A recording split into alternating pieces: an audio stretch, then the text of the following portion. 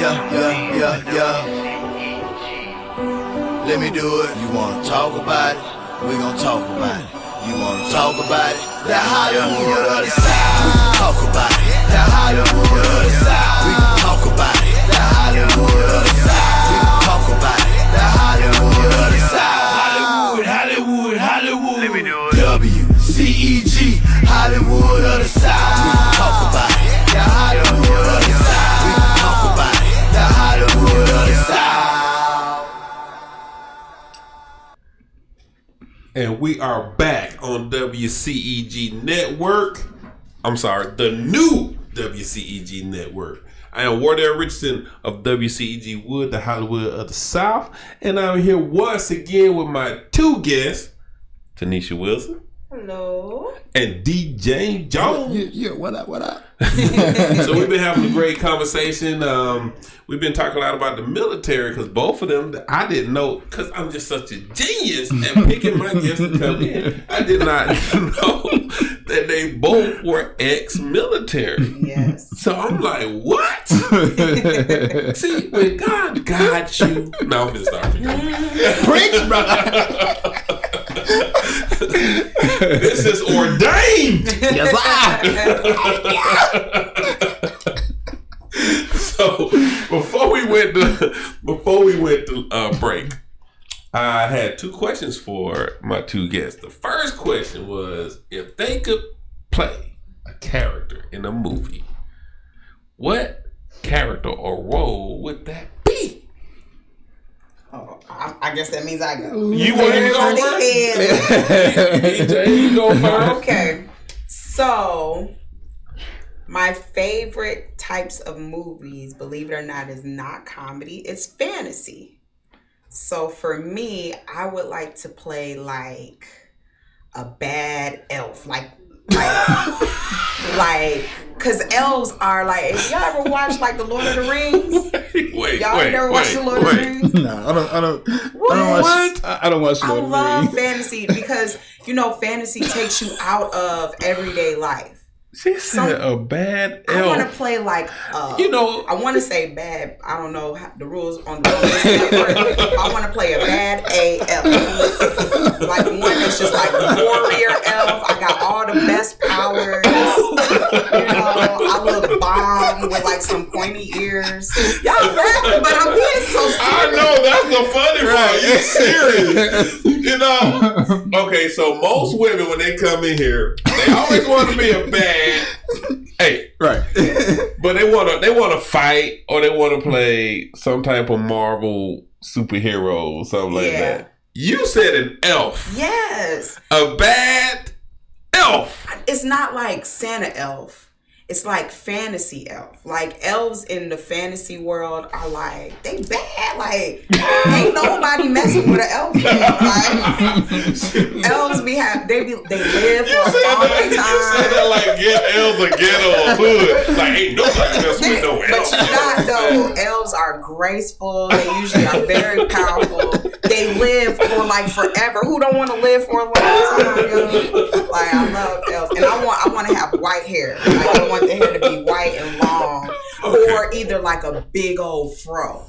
Like let's change it up. I'm gonna mark this. Yeah, got you. Never asked to do when she was. Anybody shooting sci-fi fantasy, I want to be an elf. Be an elf. All right, DJames. I'm sure you don't want to be an elf. Nah, bro. I think I'm a little too big to be an elf, bro. I can't be no elf. They won't have to do no CGI on you or nothing. Like you already. Yes, I got it all. I know what I want. Oh man, that's what's up. That's what's up. What you got, D?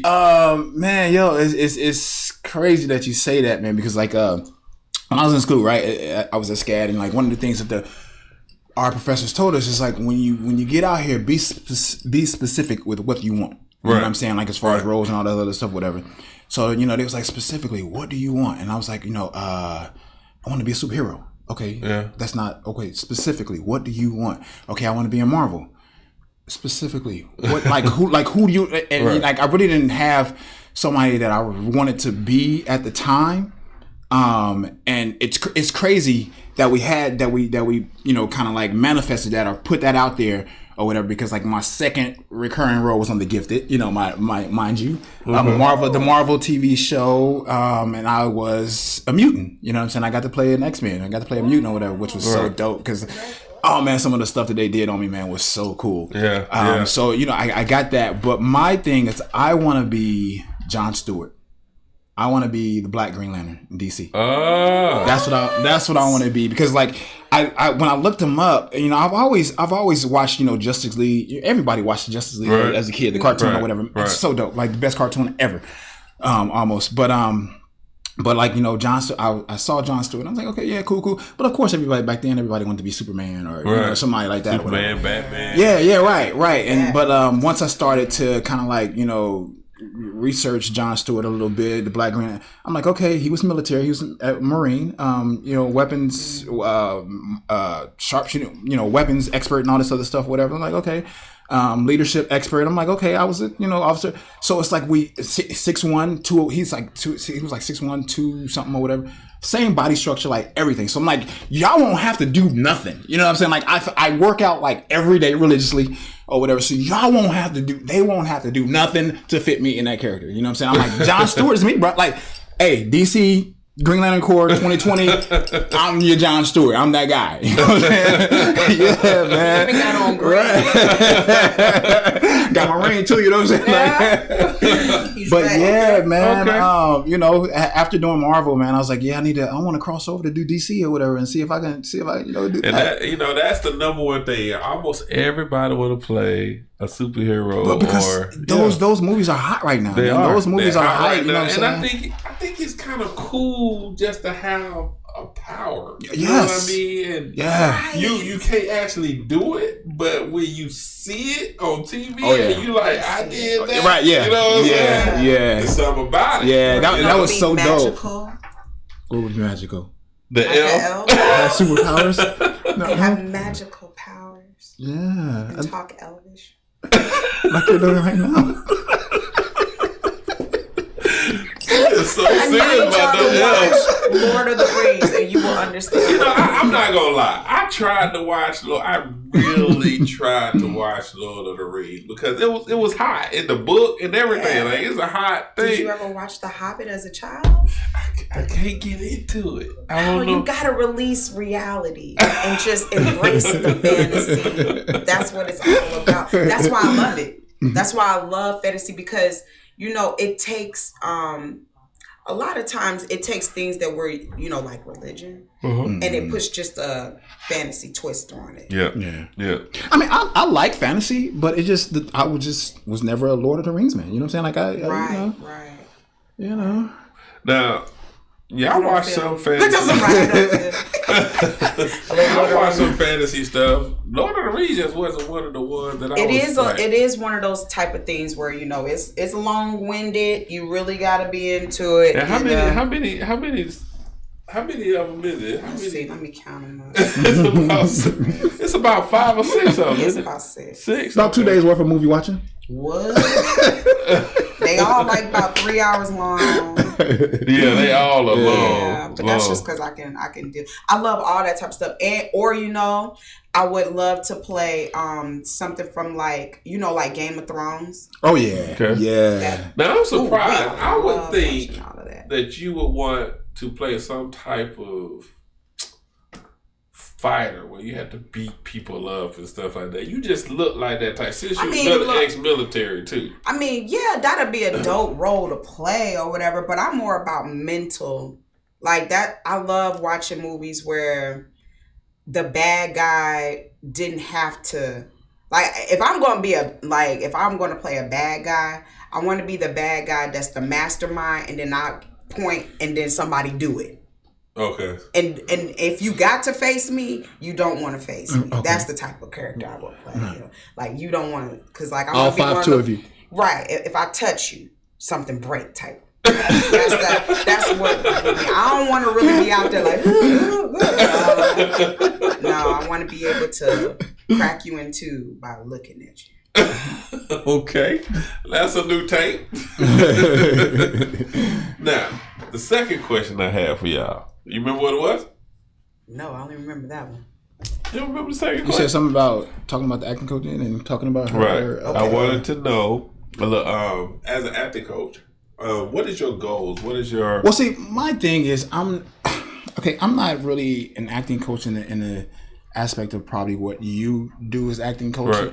Like, my thing is, like, I take people's auditions and stuff, you know, and so when they come to me to tape an audition, you know, I kind of like try and direct them, try to give them, you know, pointers, try to lead them and, you know, help them out when you know, because all we're getting here most of the part is like one-liners, under fives and stuff like that or whatever. Trying to help them navigate or develop something out of just that one line or that under five or something like that. And then I still do independent, you know, work or whatever. Like I'm currently, you know, on a web series. Saved in the City web series. Go check it out. It's on YouTube. They're casting for season 3 right now, and you know each season is getting better and better. Man, she's the director, writer. She's dope, man, and you know so her storytelling is wow, bananas. You wouldn't believe it.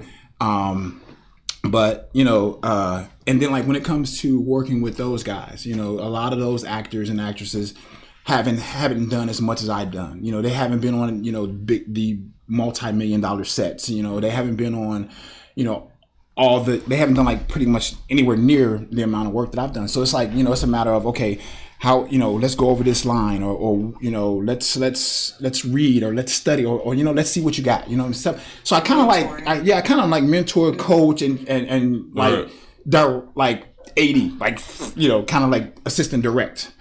But because like, I don't want to give them too much for when they go or so that they can't make their own choices and decisions and stuff like that or whatever. Because like when you're making someone else's choice, it's not going to transpire if you get booked or if it's time for you to, you know, film or if it's time for you to do whatever. Because it's not, you know what I'm saying, you're trying to work off what somebody else done taught you or told you, you know? So, so I do it in that aspect. I don't like, you know, okay, hey, you got an audition, you know, or come to me, you want to break it down, you want to study, you want to... Nah, I don't do it like that or whatever. So, okay.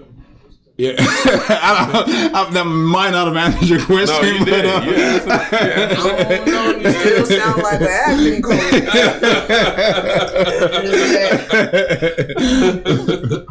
And okay, so you doing theater, and I'm sure you ready to step foot into the arena of TV and movie. Everything. Yeah. You ready? Yeah. You gun ho and ready. So in doing your what is your hope like when you do the skits and stuff on social media?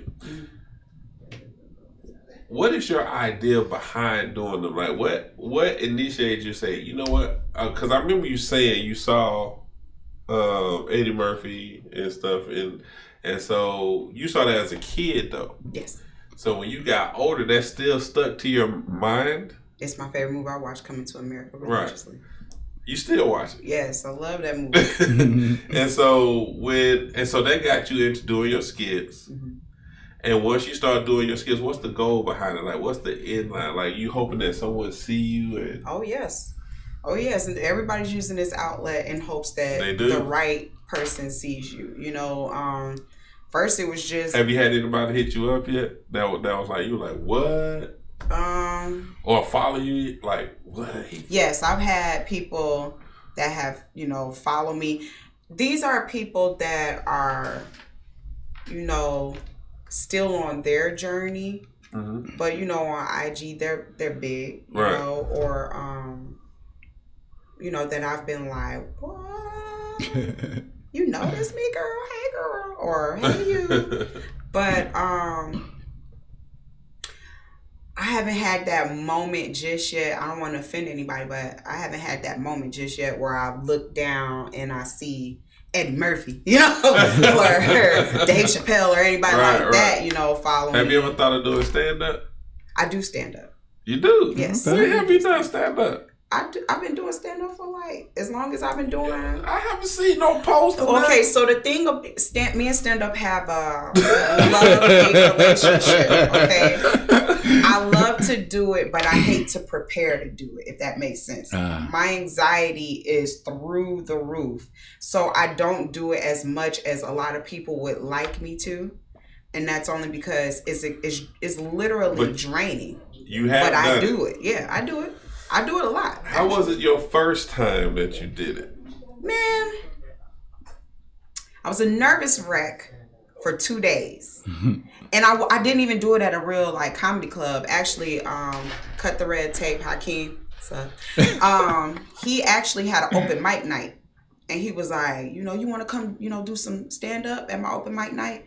And I was like, I'd never been asked, but I was like, let me go ahead and let me see what's popping. So I went. I think that's the first thing, the courage to go do it because people are brutal. What? Good. But thank God I've never been booed. Not yet.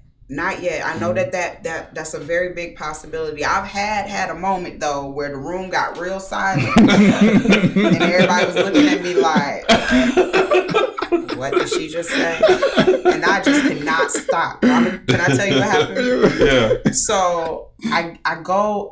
There's this comedic actor. Dang, what's his name? J.T. Jackson, or I don't know. He's played on Tropic Thunder and a couple movies.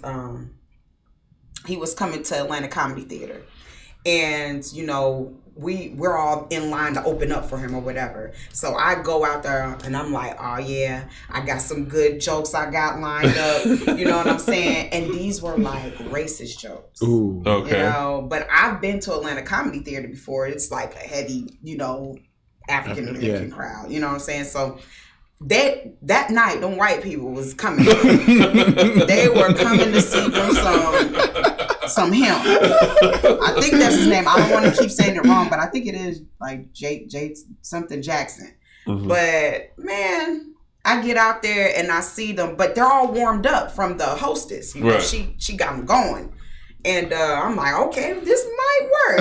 White people are a little easy when they come to comedy. You can kind of insult them a couple of times and they'll be okay. So I have this joke and I come out to like, I come out to like a heavy metal song.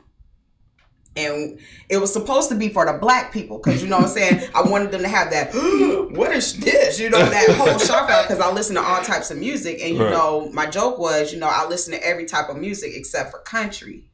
And I was like, because I just feel like country isn't built for black people. Every time I try to listen to country music, all I hear is, this song here is not for you, nigga, not for you, nigga. And you see, it works for us.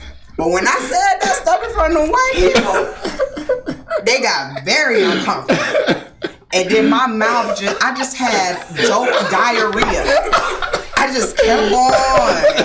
I went from one racial joke, then I started talking about old white ladies. They don't play about just like we don't play about Big Mama. They don't play about Carol. You can't start talking about Carol and Bernadine. You can't. Ethel, you gotta leave me alone. No, wait, hold on. My grandma's name was Ethel. Oh, sorry. I was here. See, diarrhea of the mouth. And I was just going in, and I felt the room get dry, and I was like, oh, okay. Now I'm looking at the few black people that's in the front row. They dying. So I think that's what kept me motivated. Because I'm looking at the few little black people. I'm like, you feel what I'm saying? And I'm just spewing out. And then I look up, and this whole middle section is like all white people, and they're like, but they were still cool about it because I just kind of like I didn't even gracefully leave. I just was like, all right, and I just walked off. And they clapped and everything. And at the end of the show, a couple of them approached me and they were saying, it's not that your jokes weren't funny. It's just that we got offended because we could tell that you felt like you were offending us. Oh. And they were saying it was about your delivery, the way you were delivering the jokes. And I was like, oh. Because that's what, as a comedian, you really can't worry about what everybody else thinks. You can't. But at that moment, I was worried. Right. Yeah. So the worry was showing. And, my delivery just became offensive because I felt like I was offending them. Right. So that was something that I learned that day. I learned that when you get on stage, you kind of got to just go with the flow. And you got to learn how to dig yourself out of a hole. Yeah. So now if I got my go-to, anytime I start feeling that room get cold, I be like, you know what? this joke works. Let me bring it back around town, and I'll dig myself out of the hole. But yeah, that was the first time, and that night literally stopped me from performing on stage for like 2 months. I was afraid. The manager, he was calling me like, I got a show. I was like, I'm busy. I wasn't doing nothing. I was sitting at home in my bed scared. I don't want to make the crowd upset. But then I spoke with a more, seasoned comedian. And he told me, he said, T, you cannot be worried about what the audience thinks. He was like, you got to get out there. He was like, you got to spit your... And he said, either they gonna laugh or they ain't. He was like, but you can't just walk off the middle of a set.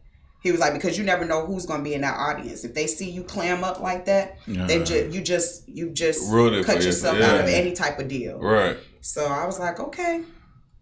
Now I got it back. Speaking of that, shout out to Monique who just landed that big. All right, go ahead, girl. She landed, she if y'all don't know, she did the whole tried to get Netflix. Yeah, that was unfortunate. Yeah, she tried to get people to go with her with Netflix, and they wasn't finna do that, sis. A lot of people wasn't feeling it because they felt like Monique was kind of like offensive anyway to a lot of people, or did a lot of stuff, or was hard to work with in the industry, but she has some very valid points about how they treat women compared to the men. Mm-hmm. And I felt her on it. Like, she really was trying to fight for women's equality when it came to it. But she got that deal with, I think it's Showtime.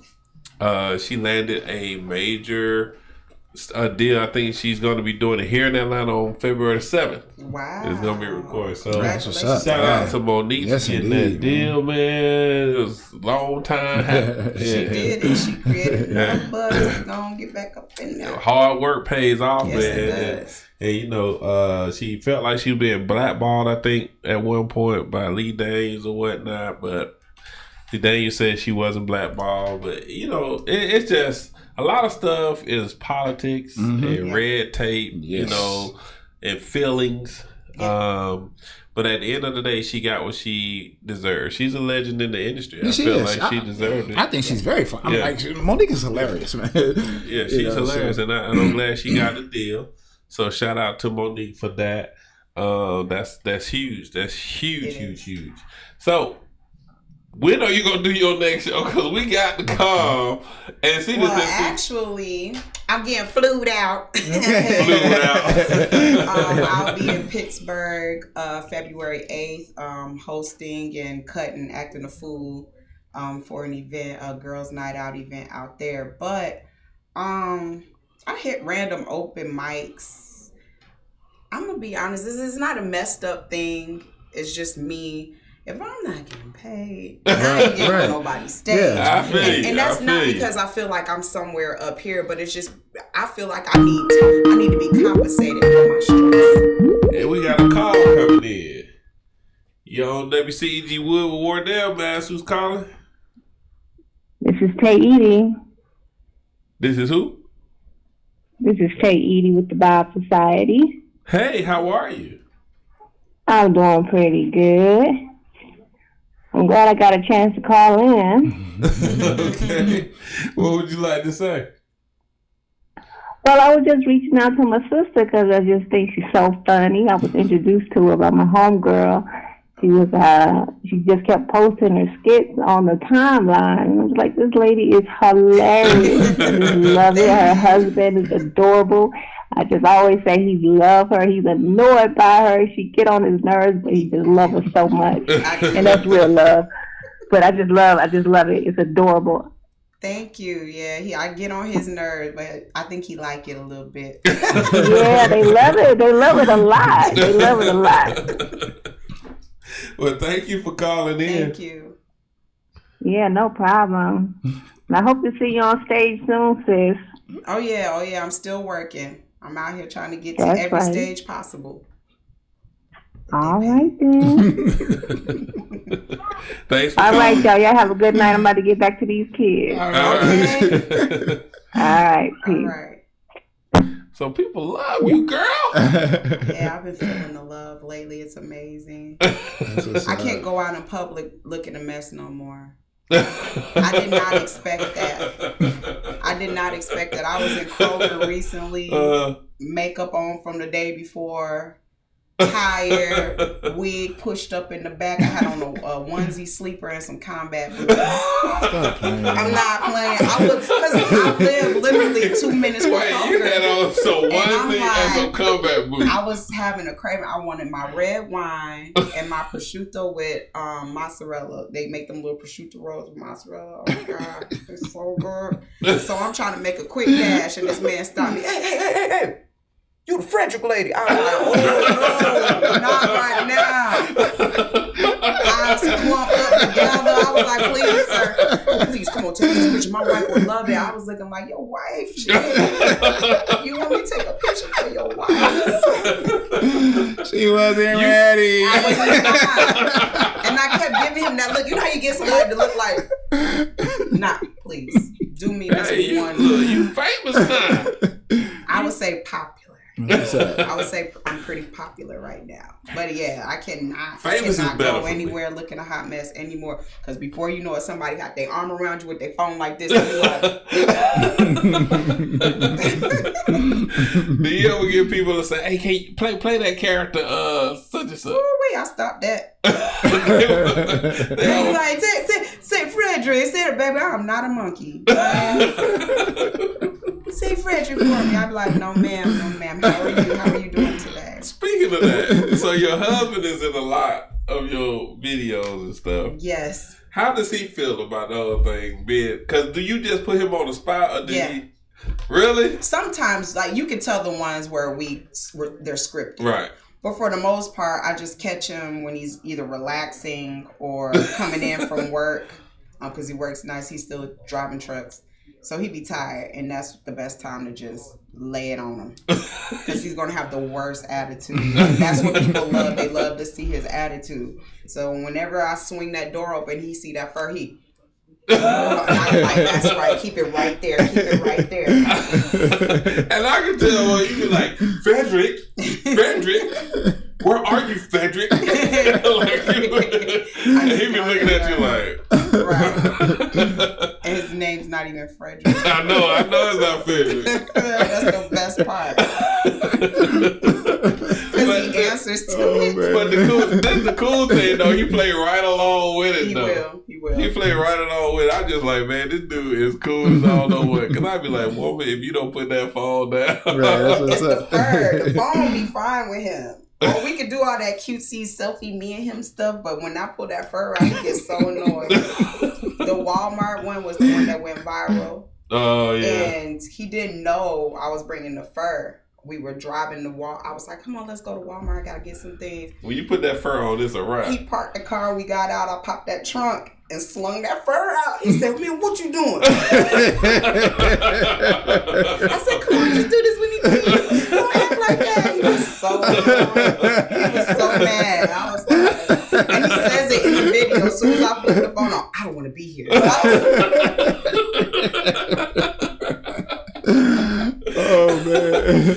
Oh man. And I saw the one where y'all was playing, when you played the guy and you were sitting next to him on the couch and y'all playing video games. Oh yeah, I was playing by. That was hilarious. Yeah. I was just like, man, this girl, you in the kitchen, you in the playing games, you just be cutting that stuff up, man. You gotta see. Those family episodes I do, they take a whole day to film, edit, and then post. And you do it all yourself? Yeah. Nice. Yeah. Unless my husband or my kids. See, this is the kicker that you don't get. What? So you're an actress and didn't even know you're an actress. You're an actress, writer, director, producer. Did you know you were all of those things? When you say it out loud, it doesn't register like that. It's and editor. Yeah. Now I'll take credit for that. I'll be like, I edited my own videos because it's hard. Oh yeah. Like you know, you think that people just putting this, that, together, but you actually got to learn Just so you software. know, there is a ton of people in Atlanta looking for editors, paying money. Yeah. Just so you know. Well, Just so you know. I do have free time. Just so you know, a lot of people, I get hit up all the time like, man, you know a good editor who can shoot little commercials or shoot this and shoot that. I'm going to edit this and edit that. I have a vision for everything. I am here. And I can tell. So what's up? What's next for you, DJ? What you got going on? Oh man. Well, I was just in the TV show The Outsiders on HBO. It's based off Stephen King's novel. I was on the first episode, man. I was the body search CO, you know, and so when they came in and arrested Jason and all them or whatever, so you know I had to walk around and, you know, kind of like, you know, bark out orders and do the whole body search thing or whatever. So that, you know, I got that. Do you still take classes? No, I don't. I am thinking about looking, you know, trying to find someone to go and take classes with or whatever. If not that, you know, I'm actually trying to find me a really good coach or whatever, because like now I've been getting a lot of lead and, you know, supporting lead and guest starring role auditions and stuff. Right. And I feel like I do have the skill to book it on my own. Right. But sometimes, and then like a lot of times, man, I'll get those with maybe like a 2-day turnaround, 3-day, you know, something like heavily 5, 6, 7, 8 pages and stuff, you know, in 2 days, you know, and it's just like, yo, you need to have it in, you need to know what you're doing.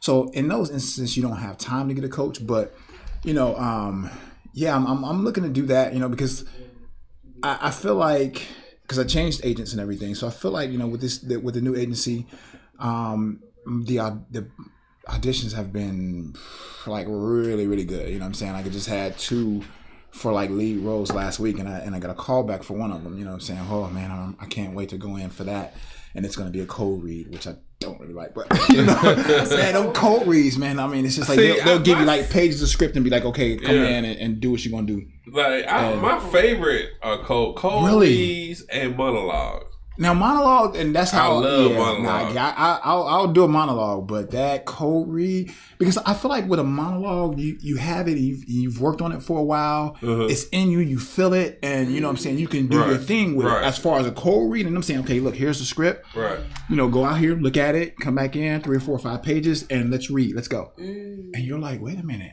I you know, you can't really develop that character. You can't really do. I love the cold reads, man. I guess I just like the challenge of it, because it's like you got this script and you got a certain amount of time. Like, okay, yeah. You know? So what you're saying is you like time to develop the character. I like to. I just feel like it's, you know, preparation's key. You know what I'm saying? And as an officer, you know that you prep and that's what you're gonna do. And so I just feel like if I don't have that time to prep, I'm not gonna give you my best. And you know, and I just be like, oh man, that. You know, I mean, that's what made you different, because it's my best is like on the wheel, on the spot, when I'm on the wheel, because I just be doing like, okay, I'm just do this, boom, and most of the time they be like, hey, I like that, right? And then they ask me to do it a different way. And I do it a different way. Okay. You know, but you know, I like the cold reads. They cool. They cool. And I think I am probably getting a little bit better, because I hate when I video auditions. Oh, I'm really starting to get used to those. Really? A lot more. Yeah, because it's just like that's just what we're doing. So just so people know, there are 3 different types of auditions. Okay. You have the video auditions, you have the cold read, you have the monologues, and sometimes with the cold reads, they'll send you the script ahead of time, and you come in and do the audition. Sometimes, majority of the times, they have the script on deck. You get there, you tell them what character you want. They give you the side. You go to the side and try to look over the line, and then you go in the room and give you your audition. Wait. Do you have to have it memorized when you go? You don't have to. Usually when you do a cold read, you don't have to, but it's good too. Just so they can see that you got that. You know what I'm saying? If you can do it, I do it. But if it's a lot, then no. Because they know you can't memorize all that within a few minutes. Right. So they just try to tell you to kind of like remember the story or remember the objective or remember like what's going on in the scene, so that, you know, if you don't remember the lines, you can still kind of like maybe figure it out or carry it on some type of way. Right. Yeah. And that bothers you? Yeah. I can see. I understand. Now, see, you might do good at something like that. Yeah. You do stuff like You that. improv. You do stuff. You improv. You do stuff on the go. Like so you would be So good. you do a lot of that. It sounds already. fun. I like challenges. The monologues is what sound like they're scary to me. Because I have problem with memorizing. That was the main thing I was scared with the play. This is the thing about monologues. If you do a monologue, okay, I got a monologue that I do almost every time. Mm-hmm. It's different every time. You know why? Because it's from a movie that I did for somebody a long time ago, and I just add to it. So it's so funny because when I do this monologue, I'm like, man, I know that from a movie. I'm like, no, you don't. But you make it that relatable. But I make it up the whole time I'm doing it. Yeah. But see, it's a monologue. You know, it's just because basically all a monologue is if you taking a movie, a piece of a movie, and making it your own. That's all it is. Yeah. So when you go in for artists, you can have any monologue? Unless they request a certain kind. Yeah. Sometimes they may say they want a comedic monologue, or they may say they want a dramatic monologue. It all depends. But most of the time, they just say have a 1 minute or 2 minute monologue. Majority of the time. Yeah, man. My whole skits be 1 or 2 minutes. That's all right. There you go. Yeah. No, it be different people. We don't one person for the And it's crazy because, like you said, take a whole day to do a 1 or 2 minute piece. Man. Because you literally have to go, change your outfit, dress in a whole nother person, do all the lines for that one. Yep. And then go back, change, do somebody else, do all the lines for that one. And then if I didn't write it, I got to try to remember what that person said. What's the interaction? What's the mood? Do you go back and look at the video and see? I got to sometimes, or else it won't make any sense what I'm doing. Right. But yeah, for the most part. That's a lot of work. That's a one-man band right there. Yeah. That's a lot of work. Man. But see, what's funny is you didn't realize that you doing what most people want to do. What, talking about all of it? Mm-hmm. Wow. Y'all look at me. I'm like, really? A lot of people want to. Some people want to edit, don't know how to edit. You edit, you figure it out on your own. A lot of people want to play different characters, all different types of characters. You doing it. You doing a lot of things that a lot of people wish they could do. Thanks. So that's what's up. Give me a new perspective. Yeah, because I get stressed out thinking about it though. Yeah. That's why it takes so long. And it's practice because if somebody said, "Can you play?" So you like, "Have you seen this?" Right. Yeah. You already got the evidence. Yeah. I was like, oh. This is the first time I ever felt a little beside myself. I was like, oh, hold on real quick. You mean like this? Do you know who I am? That was the first time I ever was like, But see, that's going to come up. Okay, that's going to come up all the time because now you have documentation of what you can do. It's just like creating your own reel. Yeah. And you know what was crazy is that you know a lot of casting and a lot of producers and directors, like when they think of casting someone, they will go to their social media page. Oh, that's the number one thing. They will look you up. You know what I'm saying? They will, and it's like, and you got like you said, you got all that on there. Like, okay, what you know? Mm-hmm. It's crazy that's you know the way of the world we're in right now. Yeah. You know what I'm saying? Right. Social media is number one. Man, I remember when social media was just an annoying thing to be on and talk to people on. What? Now you can't do anything without somebody going to your social media. Yeah. That's right. Yeah. I remember I was like anti-social media. Seriously, I was like Facebook. Right. Okay. Right. Dude, this is reality. Okay. I mean, I was really like my younger sister was like, "You don't have a Facebook?" I was like, "I don't need a Facebook. Everybody I know, I got their phone number." Right? And I start, gradually falling into. It's like now when somebody said they ain't on social media, I'm like, you be like, "What?" Yeah. Oh, you don't even got a Facebook? Yeah. I had a friend of mine, man, I haven't seen her in years. I said, what's your Instagram? She said, I don't do Instagram. I said, what's your Facebook? I don't have Facebook. I said, what do you do? Yeah. How can people find you? How can people know anything about you? No, you gotta have a baby, sweetie, whoever you are. My mama now has Facebook. We gonna read every Bible scripture there is. But if my mama got a Facebook, that's the way of the world now, man. Yeah.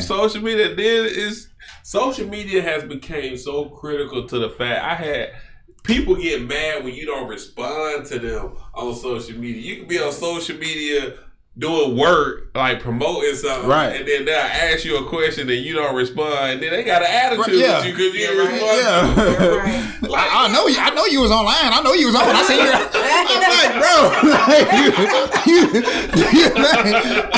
you have no idea what I was doing. Oh, they gonna say something sly like, oh, you had time to go on social media and do this, that, and the other. Man. But you couldn't call me back. You couldn't answer your phone. Right. You've been on social media all day. No, sweetie. I literally posted that video and then I cut it off. You understand? I had to go do other stuff. They feel like just because they seen your video 2 and 3 times, then that means that you sitting there, I guess, posting it 2 and 3 times. Right, it's like, no, it's just in circulation. It's called your algorithm. So what's next for you, Tenishia? What is your upcoming goal? What you got going on? Well, right now I'm just looking forward to do you have an acting you don't have a agent yet? No, I have a management team that I adore. But I don't have an agent right now, no. You need an agent. I'm freelance, I'm open. But to get the big roles and the big films and stuff, that's what I want. I really would like an agent.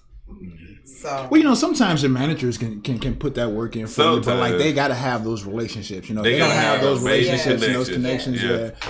My manager has good relationships for the play side of everything, but I'm really wanting to get more into film and TV stuff like that. Now, if this would have happened like a couple months ago, and Wardell would have been able to put it out there, you could have walked on for Coming to America too. They just wrap that up, and that's like your favorite movie with your favorite guy. Like, come on, really? My heart was breaking. I was like, you can't tell me Coming to America 2 is happening, and I'm not a part of it. Yeah, I know every scene, every line. Yeah, you've seen it a million times. A million. I freaking love that movie. I tell everybody, like, what's your favorite movie? I be like, Coming to America. They be like, what? I be like, don't do your face like that. You've seen the work done in that movie. That movie was a lot of work. A lot of work. They got a lot of names attached to that movie. So I'm wondering, is Eddie and Arsenio going to still do the multiple characters like they did in one? You know what I'm saying? I really hope they did. It wasn't really that many comedians and stuff that were able to play those roles back then. So maybe that's why they did it. But like now they have a lot of people attached. So I'm kind of interested to. I just can't wait to see what they did with it. Because that was one, I'm not going to lie, it's so near and dear to my heart to where when I heard part 2, I was like, why? Why would you mess with a classic? You know how you just have those classics and you're like, don't touch it? Yeah. Right. That's how I felt about it. But, I don't know. I'm just excited to see what they did. Look, I'm talking like I got some type of authority over it. I'm hoping it's good. I'm sure it'll be good. Yeah. I'm sure it'll be good. Eddie Murphy, when he puts something together, sometimes I think he's a little over the top at times. He is. But for certain things.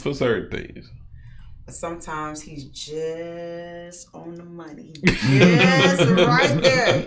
You be like, boy, that boy good.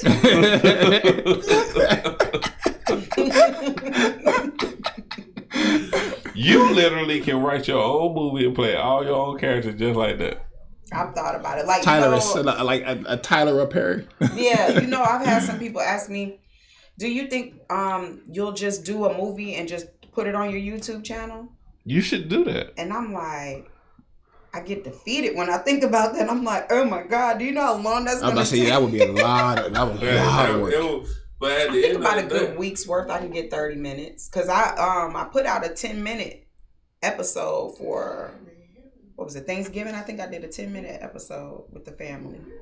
Oh, that whole family one. Mm-hmm. Yeah, that was a long. I actually saw that one. And then for Christmas, I had to shorten it up because some people was like, "Woo, child!" When I seen 9 minutes and such, I was like, "Oh no!" And I was like, "Woo, too long? Was it too long for y'all?" But it was entertaining. So that 9 minutes didn't seem like 9 minutes when it's good stuff. Yeah, and then when you have those one people underneath your comment saying, "I wish it would have went longer," I'm like, "What is wrong with you?" I literally gave you 10 that minutes. should be the sign that you should do a movie, because if you can do something like that and people want to see more, that's movie talk. Yeah, that's movie talk. He like, do the movie. I get it. I feel what you're putting down. And all you have to do is add a few other people in it. You know what I'm saying? Yeah, spice it up some. I do want to add some people that I've run into. That's been my thing. Collaborating. Mm-hmm. I don't do collaborations because first of all, I live so far away from everybody. When people are free, I'm not. And then the second part is I'm really like, this is my baby, and I'm scared to share that with someone else because I don't know. I just want people to have the same input. You know how you put in certain input and some people don't put in the same effort that you're putting in? That's what I'm afraid of. You know, sometimes, I mean, first thing is collaborations is the way of movies anyway. Well, yeah, movies. Right. Yeah. And so that's, you know, if you're talking about shooting a movie or it's your stuff, it's your thing, it's your baby. Mm-hmm. So you make the moves. Mm-hmm. That's your directing coming out. Okay, you know what I'm saying? I know what you're saying. But you make the moves, you put everything in line, and people just fall in. And I don't care where you live. If they like your stuff, they gonna come. Yeah, well, that hasn't shown to be true. But really, I mean, like, you know, people, they want me to always come. I'm like, bro, I got that. But I'm talking about your stuff. Yeah, now if we're talking about doing something for me, then it's kind of expected, I guess, for somebody to come my way. They gonna have to. They gotta come where you are. And then I'll be wanting people to understand that I'm not jokey. Like, people like, oh, post your bloopers. I'm like, y'all wouldn't think that was funny. Because there's nothing, when I'm serious, like my bloopers go like this. Hold on, cut it. You're making too much noise. I can hear your chains when you walk. Tuck your chains in. That's how my bloopers that are. Would be funny. I'm so serious because it's my passion, is what I love, you know. So it's no joking. Like, even when me and my husband are working together, and he'll say something, I'll be like, "Cut! Listen, hey, check this out. Attitude is all I need. Don't try to be funny. It's not your job. Attitude is your job." And he'd be like, "Dang," you know. So he try to be funny sometimes. Yeah, sometimes he'll put a little input and I'm like, listen, you get too it's not your job. You're just gonna cut him out like Don't get me. You're like, look, I'm the funny one. You're the serious one. You be irritated and mad. That's what you do. You do that. Okay? Oh my God. Don't cut another joke. You cut a joke, we cutting it off. And he be looking at me like, cut it off here. No, please don't. I need you. So DJ, do you feel like the industry has become more difficult than it used to be in the past? Because you've been in it for a while now. No, not really. No, because you know, for sometimes, because you know, for certain people, it's a little more difficult than others, and some people say for men it's harder. Some people say for women it's harder. Some people say for black men it's harder. You know. What do you feel like? How do you feel? Well, man, to be honest with you, I feel like, hey, the time of the woman is now, man. Like, women are doing it, bro. Women are really, you got powerful women, the female directors. Yeah. You got a young 15-year-old female director who's making waves. Yeah, man. You have Taraji who's killing it. Yeah, Regina's now, directing and stuff like that or whatever, man. So, our women are doing it, man. I would say, of course, people of color, we still got a ways to go. Yeah. We do, because like when it comes to like the serious awards and roles and stuff like that or whatever, we're hardly ever nominated. And you know, and when we do, it's like, okay, yeah, you get your onesies and twosies here and there, right? You know, but yeah, man, it's just like I don't get it. I don't get it because that's not the way of the world. Why would you make your production why would you make this entire production that looks totally different than the way of the world? You know, there's not just white. You know what I'm saying? Like, there's not just white people in this world. Let's black, Asian. You know, all that Hispanic, all that. Like, let's color this thing up. You know what I'm saying? Let's do what we need to do to make it fit everybody. You know what I'm saying? And so we still have strides to go for that. But, you know, we are getting the offers here and there, you know what I'm saying? And of course, I think when Black Panther came out, it opened up a lot of doors. Yeah. Especially for people like me. Because, you know, it's hard for dark-skinned people, man. I'm saying. Yeah. Yeah. It is. Yeah. So, a lot of times, and I hear that from like dark-skinned females, dark-skinned men, it's a lot harder. Then Black Panther come out, then next thing you know, that movie was beautiful, wasn't it? Yeah. And it was so significant in a lot of different ways. Like, I don't know if y'all saw the breakdown of Black Panther from the director's point of view, but every scene signified something. Oh yeah, no, I saw. Yeah, I know and like the fight scene when they was in the that casino, casino place.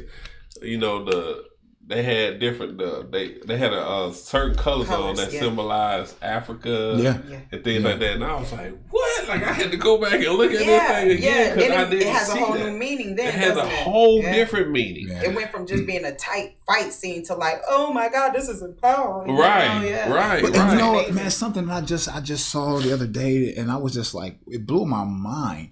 And it's like, not only like, yeah, we do have our powerful, you know, black writers and directors and stuff like that, and producers and stuff. But man, I just realized, and I just read that Brad Pitt has produced some of the most like iconic black films. Right. Like more than some, I mean, like that has value. Right. Films that, you know, kind of like, in a sense, some type of way brings us strength, and you know what I'm saying. But like, like he produced 12 Years a Slave. Really? I didn't know that. Yeah, man. Like, you know what I'm saying, and many others, and I was just like, wow, you know. And of course, it would be Brad Pitt to do it, right? You know what I'm saying?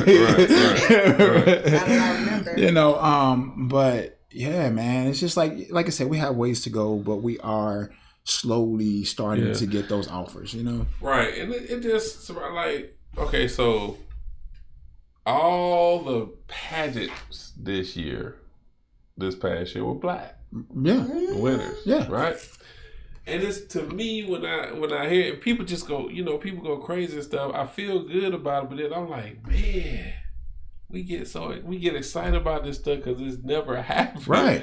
Yeah. You know, when this should have been happened. Yes. You know? Yes. And so I think that way when we do award shows and, you know, we win certain awards and stuff, like, we should have been won in that category, even though I'm happy. Yeah. But why we just not winning that? Right. You got people like Samuel Jackson who been doing amazing movies, like constantly amazing movies, and that man can he ain't like. And then like, too, the ones that we have won have been for roles that kind of degrades us a little bit, like Halle Berry and Monster Ball. Yeah, you know what I'm saying? Like she had to expose herself and be with a white man and just had to be a bad person. Yeah, right. When you after Glory, after you know what I'm saying, after Malcolm X, all these and then like what? I don't even think Angela Bassett has even won one. She's played some of the most iconic black women to date, and she has not won an Oscar. Like, how is that so? Yes. Yeah. And they won't give them the credit. Man. They won't give us the credit, man. Like, you know, because they really look at everything we do. We will win every category. Yeah. Oh, yeah. Because the stuff that we do and the idolize, all those movies that are documentaries and stuff like that and acting. And when you have to act out somebody else, play somebody else, that's some acting. And dang near do it to a T? Right. Like Jamie Foxx playing Ray Charles. What? You know, and I'm That sitting was there like, beautiful. I'm like, I did that. and when you and Angela Bassett playing Tina Turner. He had literally, when she played Tina Turner, man, look to Tina Turner spot on. Man, yeah, man. Like movies. So, like, what do y'all think about? Like, I'm sorry, I'm asking a question. What do y'all think about us presenting our own awards? Like, why are we always waiting for somebody else to tell us you did a great job? The thing is, if you look at the scope of award shows, because we do have our own award shows, right? We do have several award shows that we've created and stuff. But the biggest ones that started way back, the legendary awards, like the Academy Awards, the Oscars, all that. Those are the award shows that are the biggest iconic award shows that means that signifies I made it. Yeah. You see what I'm saying? We haven't gotten to that point. Like, we can create anything. But the ones that shows I did it. You know what I'm saying? Like, I made it, I did it. Those are the shows that we want to try to win. Like when Denzel won and Halle Berry won, you know, those were huge. And like, I'm sorry, I gotta say, when 3-6 Mafia won, right? I will never forget that. I was like, boy, it's hard out here for a pimp. That one? I mean, you know, people were upset, and then there was some people that was behind it, but I said it was their time. Let them have it. You know what I'm saying? Hard out here for a pimp. Got it. Hey, no, let's cut them fast.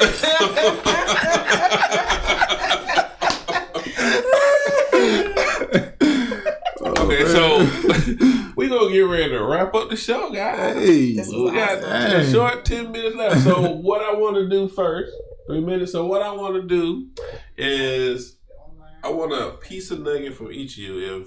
If for your fans, family, anybody who's watching wants to do what you're doing, what's a piece of advice you can give them to strengthen their encouragement to do what they, to be an actor or a producer or a director? Man, I say if you feel it in your heart, you feel it in your gut, you know, and it's a feeling that you just can't shake or it's just not going to go away, man, pursue it, go after it, do it. It don't matter, you know what I'm saying, if you have the resources. It don't matter if you have everything in place or set up. You have to start somewhere. A lot of times people want to see, where did you start? Where did you come from? And if you don't have that, you know what I'm saying, how are you going to achieve what it is that you want? You got to start. And if that thing is in your gut, man, you got to do it. You do. You got to do it. You do. And you? Okay. My nugget is put God first. And get ready to be uncomfortable once you do that. So once you put God first and you step out on faith and you go ahead and you get started, the process is going to get uncomfortable. That's what I'm going through right now. And you have to understand that this is a part of it. So don't be afraid to get uncomfortable. Embrace it and just prepare yourself for the next step. So that's what's up. And how can people contact you, DJ? Follow me at _DJamesJ on all media platforms, Twitter, IG, Facebook page, all that. It's all the same, _DJamesJ. All right. You can follow me. Mine is all jumble jumble. I got to get mine all under one name. But yes, you can follow me on IG at @she_is_the_T, and on Facebook, Tenishia the T Wilson. That's where I'm at right now. YouTube still building. I ain't put that out yet, but just Facebook and IG. All right, then. What's up? On that note, my name is Wardell Richardson. You can find me under my name, Wardell Richardson, on everything. All you gotta do is put Wardell Richardson in, you will see me. And make sure you follow us on WCEG Network and WCEG_talk_radio on Instagram, Twitter, and Facebook. Follow me under my name, Wardell Richardson, on Facebook, Twitter, and Instagram. And on that note, we will be seeing you again in 2 weeks. We got a week vacation because somebody got a birthday. So I want to go on and say this before we wrap up the show. Now, happy pre-birthday. Happy pre-birthday. Turn up, you know. Penny Rogers, who Let me do it. birthday We is gonna next talk week. about So it. she's like, We we gonna ain't talk working. about it. I know that's Talk right. about it. The Next Hollywood week. of the South. Talk about it. Sister. So I will see y'all in February. I know that's right. So I wanted to say happy birthday to her. And we will be signing out. See you in 2 weeks. God bless. Peace. Bye. Hollywood of the South. We gon' talk about it. The Hollywood of the South. We gon' talk about it. The Hollywood of the South. Hollywood. Let me do it. WCEG. Hollywood of the South.